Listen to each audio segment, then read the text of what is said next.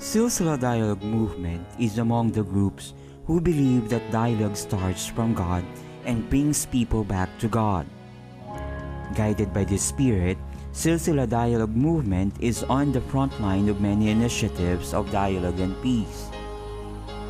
One of these had been inspired by United Nations initiative of the annual World Interfaith Harmony Week.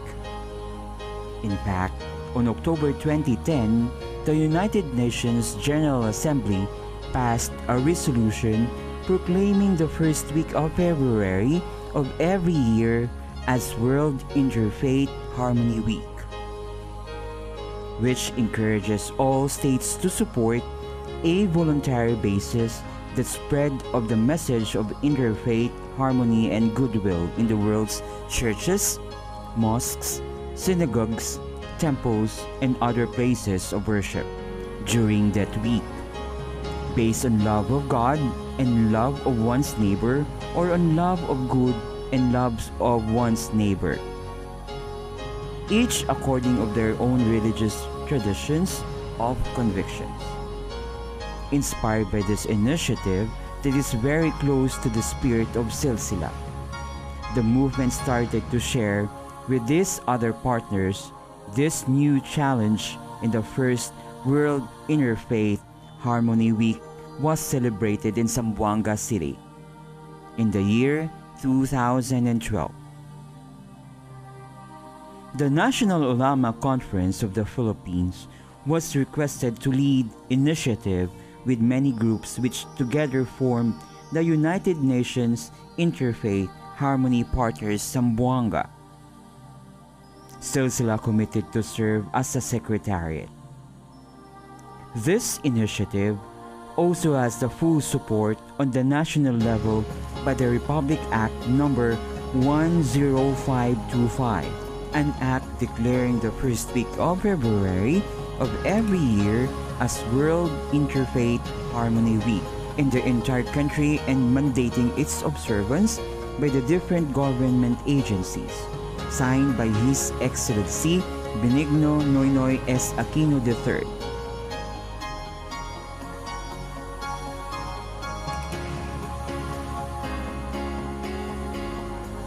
The success of this Republic Act started when Silsila requested Congresswoman Maria Isabel Beng Climical Salazar, now Zamboanga City Mayor, to sponsor a bill in the Congress.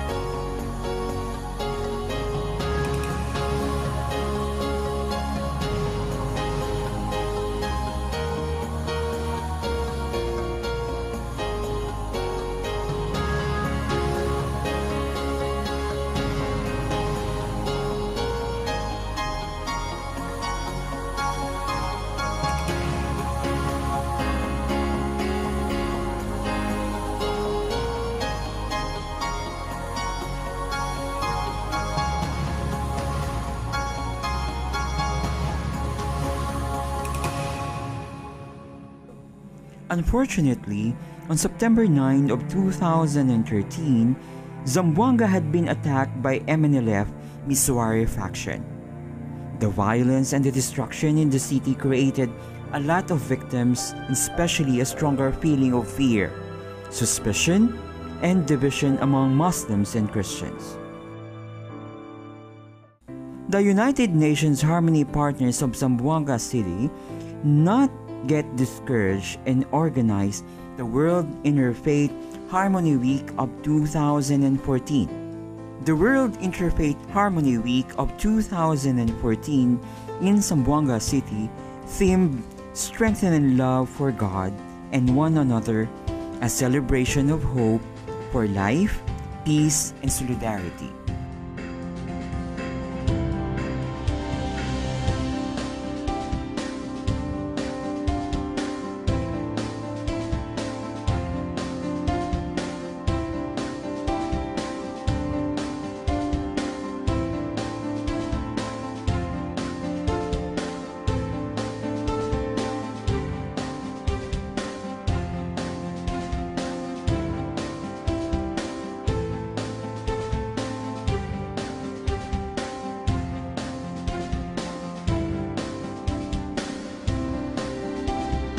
This celebration ended with a great surprise for us to win the first prize of the World Interfaith Harmony Week internationally, given by King Abdullah of Jordan to our representative who went to Amman to represent the group.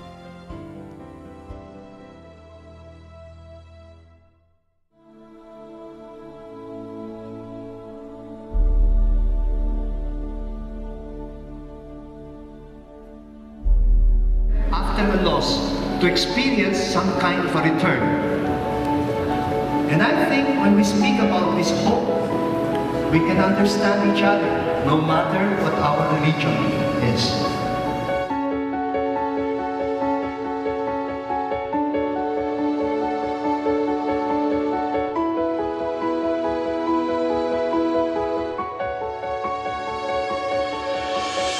This week-long celebration of the World Interfaith Harmony is an opportunity for the interfaith advocates, religious and government leaders, and people from all walks of life to celebrate the common ground they share as people of faith and take a united stand against any form of violence against religion.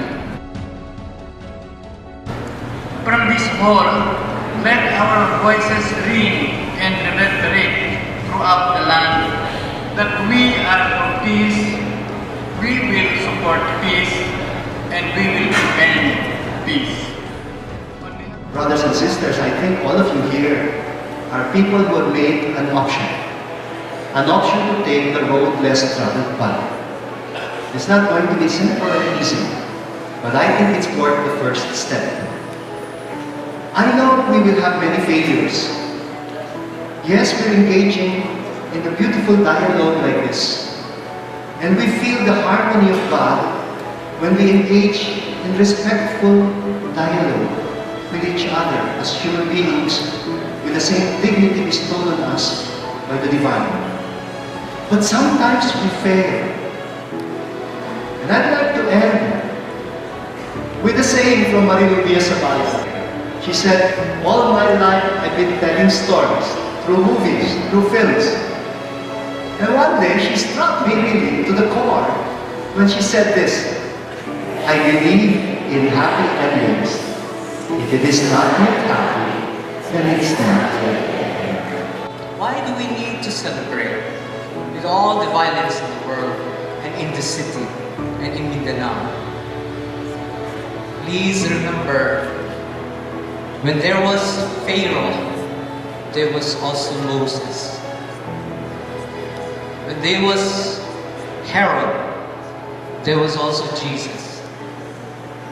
When there was Abu Lahab, there was also Muhammad. Please don't forget. One thing that I learned from the Muslim these young people, right, ready to die, they have an understanding of the revolution, and they were able to sacrifice their life. And I said to myself, if I do this, I do be perseverant in my understanding, my revolution of love, if I do not surrender, something can happen good. Great peacemakers are all people of integrity, of honesty, of humility. In conclusion, I would like to leave with you this line from a Chinese philosopher. A journey of 1,000 miles begins with one single step. And it begins now. Now. Peace is not something that we dream for. It is something that each one of us must work for.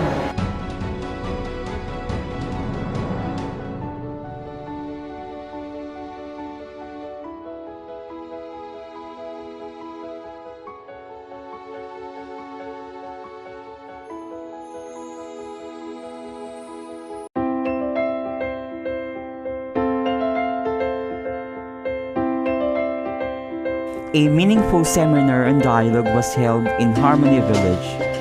There were Muslims and Christians, mothers and other leaders from different areas to celebrate the importance of mothers in dialogue.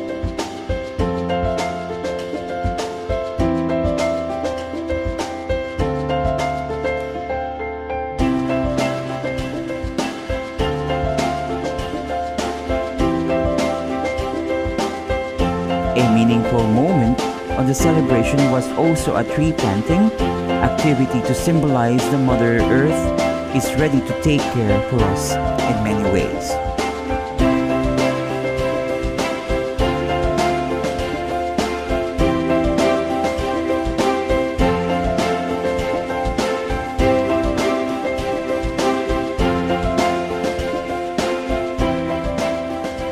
In the spirit of this special celebration, Muslim and Christian youth have offered their service in the City Medical Center of Zamboanga, sharing joy and food with the participation or either participants' family members who were their patients.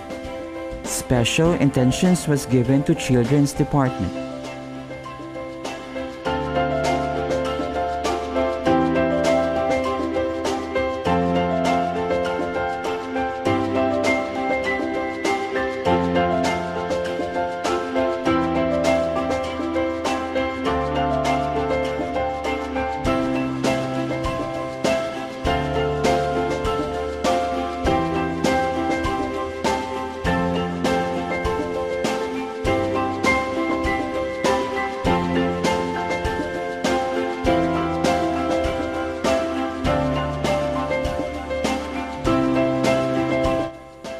A special gathering was held for barangay officials in collaboration of DILG to strengthen the commitment of public officers to serve for dialogue and peace.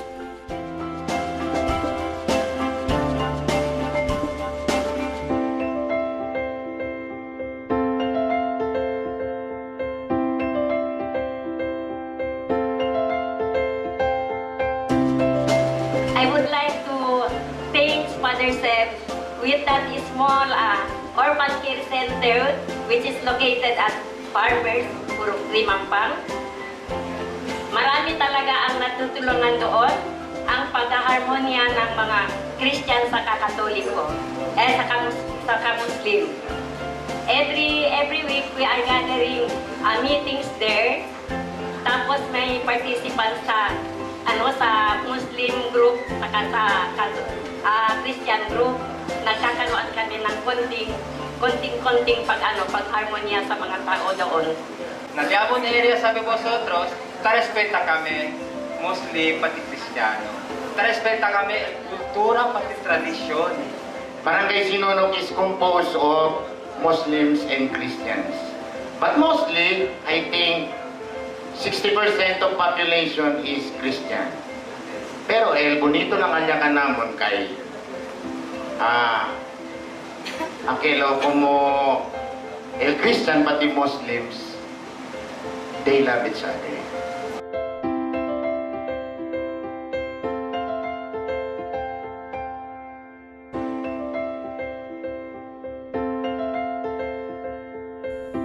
The World Interfaith Harmony Week was celebrated also in the city jail of Zamboanga City.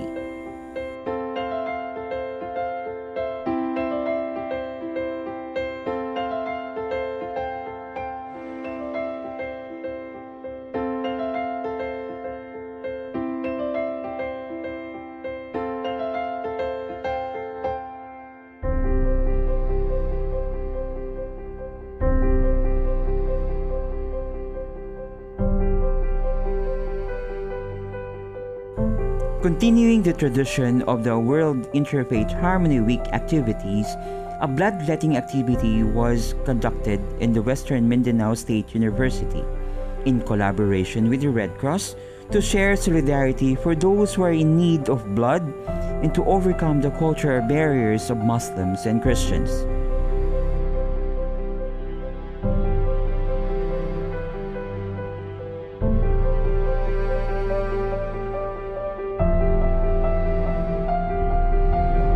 Ito po yung pangalawang pagkakataon ko po na ipamahagi ang aking dugo sa mga nangangailangan. Siyempre, ang unang-una yung purpose ko po yung para ibigay sa mga may sakit.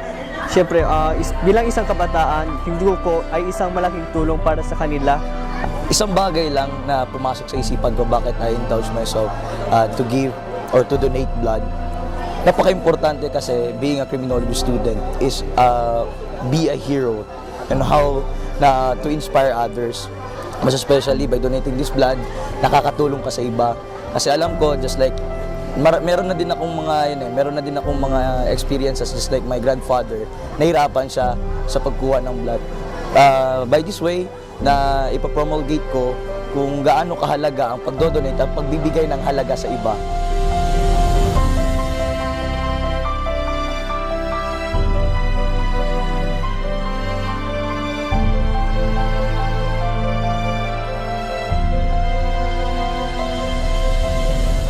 One activity also was a gathering of tricycle drivers of Zamboanga City. There are more than 10,000 drivers in the city, organized by the associations. They too could be instruments of harmony in their sharing with their passengers.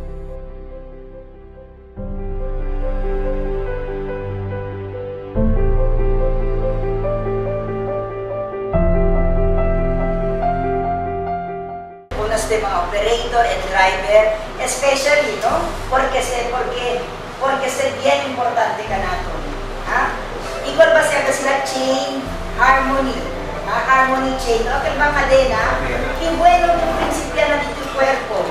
Di ba yung bueno na dito yung neighbor? Di ba yung bueno na dito yung pasahero? At también, hermano, dapat ka ba cadenas, eh? Ha? Yung prinsipya kita na diyato yung cuerpo. Bien importante ngayon dialogue. Pensaba kita dialogue formal ng kwento, tagali kita diatong side on peace. But actually, that start at peace, na dialogue even ang kwento kita ko na diatong pasahero. Dialogue na diatong kapwa mag-drive. World peace starts con ustedes na casa, na manihato, and even na everyday talito na camino. Mucho to puede hacer para na nombre de paz. Manada, when you see tiene mga iho-iha, pakilaya kita tamrene. All in the name of peace. We gathered the leaders to join us in the sharing of stickers that they would be placed on their tricycles with the quotations, El Zamboanga para di aton todo ama kita con este, which means Zamboanga is for all of us. Let us love it. Special attention was given to the victims of the 2013 Zamboanga siege who are still relocated in the transitory sites. A simple and touching inauguration ceremony was held in the Masepla Mampang transitory site. Silsila established a center for the service of the people. Una-una sa lahat, nagpapasalamat kami sa inyong lahat. Binisita niyo kami dito sa Mampang Transitory Site. Sana hindi kayo magsasawa tumulong sa amin mga IDPs. Saka lahat ng mga problema namin dito, gagabayan niyo kami para naman kahit paano makaraos kami sa aming mga problema dito lahat sa Mampang Transitory Site. Maraming salamat.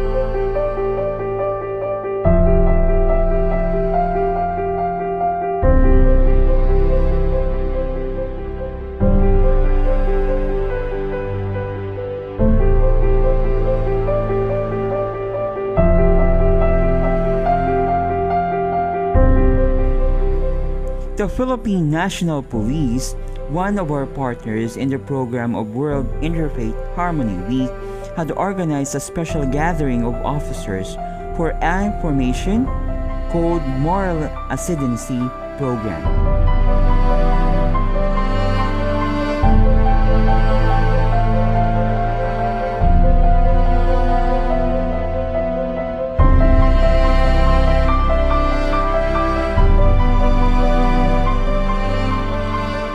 On February 7, the last day of this special week, a big gathering of youth from different schools came together at the Harmony Village for a special program called Harmony Youth Day.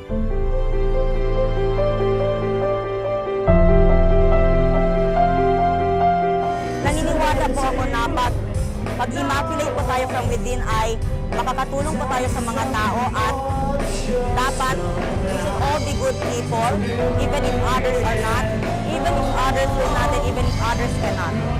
I come from a diverse culture. I think this is more of a beautiful message for everyone, that everyone can come together. You can set aside differences for people.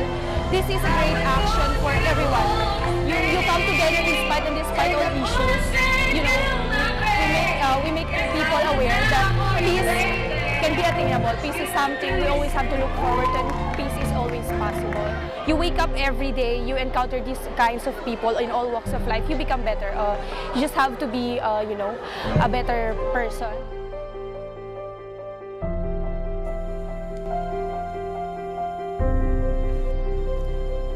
Let's continue the spirit of World Interfaith Harmony Week.